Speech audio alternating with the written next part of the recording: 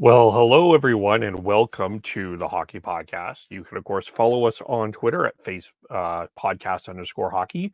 Of course, Facebook.com, the Hockey Podcast, YouTube.com, the Hockey Podcast, where we sit at currently 100 and the Michael Ryder, number 73 of subscribers.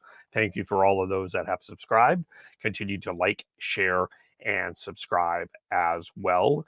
And of course, you can subscribe to the audio, which will be out as well on this as well. And we did not do a live podcast this week because of availability in the summer and just kind of the dog days and just everyone needing a break. And that is totally fine. But I thought I would try something this weekend and just do a little bit of the news of the weekend, talk about some of the things that are going on. If you like this, of course, share, retweet. And it's just an experiment. If you've been following us on Twitter and social media, we have been doing sort of the headlines every day, but I thought today, just give it a try, see what it's like just doing a audio video version of the news here as well. And I figured I would just record this and not do it live, just because to save time on tours and all of that sort of stuff. So, hey, we're always got to be trying something new and adapting to what things are going on out there. So let's give this a go. And so we'll start. We have to start today with some sad news. A and a friend of mine on Facebook had a picture of a young boy who she knew that played hockey with the Delta Hockey Association. One of three boys, young men, junior hockey players that passed away from a tragic accident this year from the Delta Hockey Academy. One of them was Caleb Reimer, who was 16. He signed an agreement with the Edmonton Oil Kings. He was going to play there. The Oil Kings have released a statement about that, saying that we are deeply saddened to learn the tragic passing of Oil Kings 2019 first round draft pick Caleb Reimer at the age of 16. Caleb was part of our family and will be a tremendous loss in all of our hearts. And we also had, of course, Ronan Sharma. He was 16.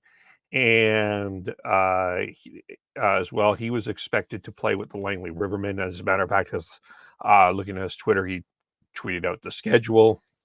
It was very, very sad. The NHL has also sent out the release on that as well. The NHL sent its loves and deepest condolences to Caleb Reiner, Ronan Sharma, as well as Parker Magnuson, who was tragically passed away in a car accident on Saturday. And and many NHL teams have followed suit on this. The Langley Rivermen have also sent out a tweet. The Langley Rivermen have gathered deeply devastating news that Ronan Sharma, a second-year player, passed away this morning at the age of 16. We, as an entire organization, wish the Sharma family our deepest and sincerest condolences. Today, we lost a young man who made each and every one of our lives better, as well as brighter every day. He came to play the game we all love. We have also gathered two other young men lost their lives in the same incident and want to wish their families our most sincere condolences. We miss you, Ronan. May you rest in peace. The other one, of course, was Parker Magnuson. But before I mention his name, Reimer scored 5 points in 19 games last season, 3 goals, 2 assists with Edmonton, as well as 1 goal, 1 assist with Delta's under 18 team. Sharma, he last played 2019 and 20 when he led Delta's 15-year-old team with 43 points, 17 goals, 26 assists in 36 games. And he was committed, of course, to play with Langley. Magnuson, I didn't see any information about where he was going to play, but also tragic as well. And yeah, this is a very devastating weekend for the Delta Hockey Academy. Magnuson was 17 as well. So very, very sad for those involved. Our condolences to the family and those who know them, and our thoughts are left with them as well. So that an important, one of those very sad way to to begin, but we do have to do that. The Calgary Flames, of course, team we follow closely, made a couple of signings this weekend as well. This Nikita Zadorov, his arbitration was scheduled on August the 26th, but he agreed to a 1-year, $3.75 million contract, while Juuso Valimaki re-upped for 2 years and $3.1 million. I think it will be interesting to gather what else is going to go on with the Calgary Flames with the season here. Are there any more moves? We'll get into some pretty interesting, significant news that may impact that here in a little bit. But another question will be, who's going to be that fourth defenseman? How are they going to do the pairings? Is it going to be Rasmus Andersson, Zadorov, or Andersson and Valimaki? We'll have to see. But they do have that signed as well. So a little bit work done by Brad Treliving here in the offseason, getting those two contracts done. On a side note, the final arbitration eligible player was also signed. Travis Sanheim was signed by the Philadelphia Flyers and as well. And that contract was, as I just pulled that up here, was a 2-year deal extension, and good piece for the Flyers, a key part of that. Going to be a very interesting defense next year. He 3 goals, 12 assists in 55 games last year, on average annual value of 4.65. That will take him to the 2022-2023 campaign. So that is done as well. Also, as well, Henrik Lundqvist has retired after 15 years in the NHL. Of course, last year he did not play. Was signed with the Washington Capitals, but unfortunately was not able to play, and that we never got to see Henrik Lundqvist with the Washington Capitals. So he finishes his career with the New York Rangers as well, and just kind of, it was one of those.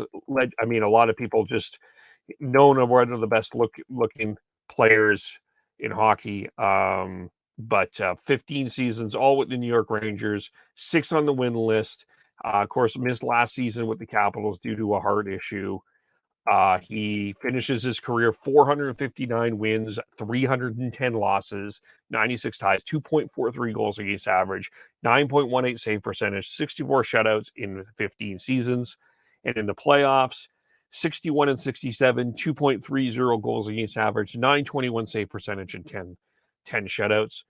6th in history in wins, 7th in saves, 8th in games played, 9th in starts, 9th in time on ice, and 17th in shutouts.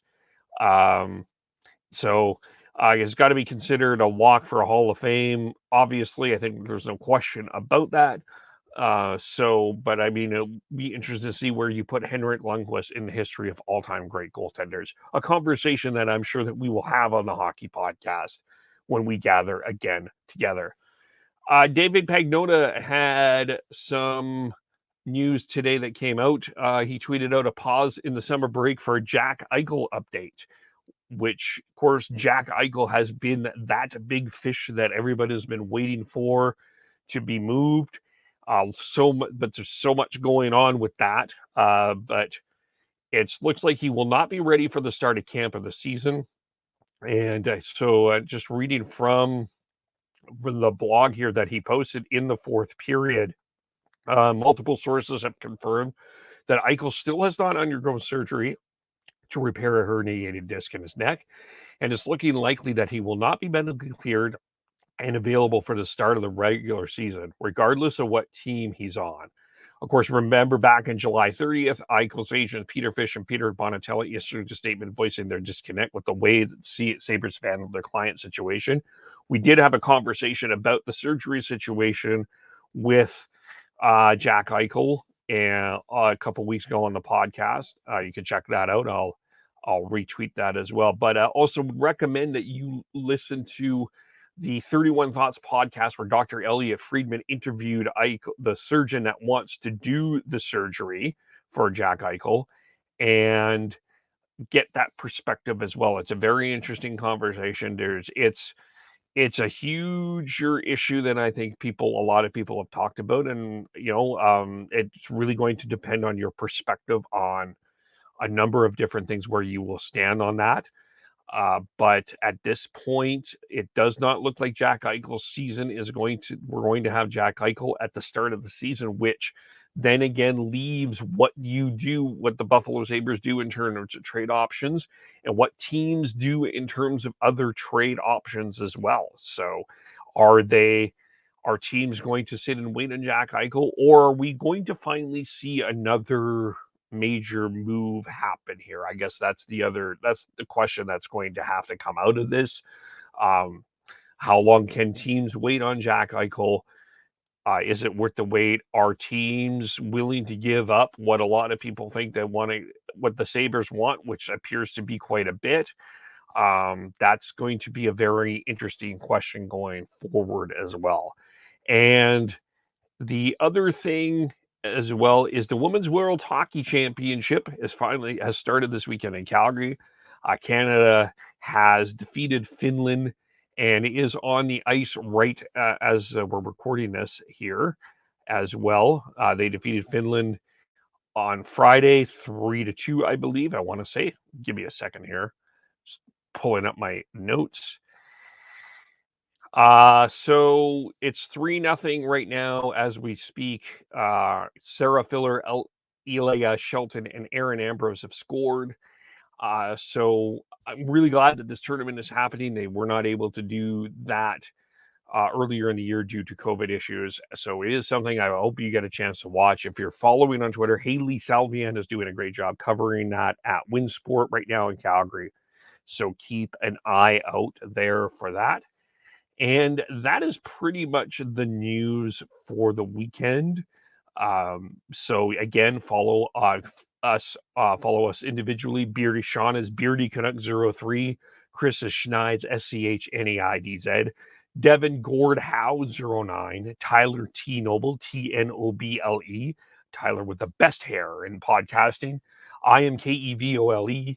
Of course, follow us Twitter, podcast_hockey, Facebook.com, The Hockey Podcast, YouTube.com, The Hockey Podcast. Subscribe wherever you get your podcasts. Thank you for watching and listening, and we will talk to you all very soon. Bye for now.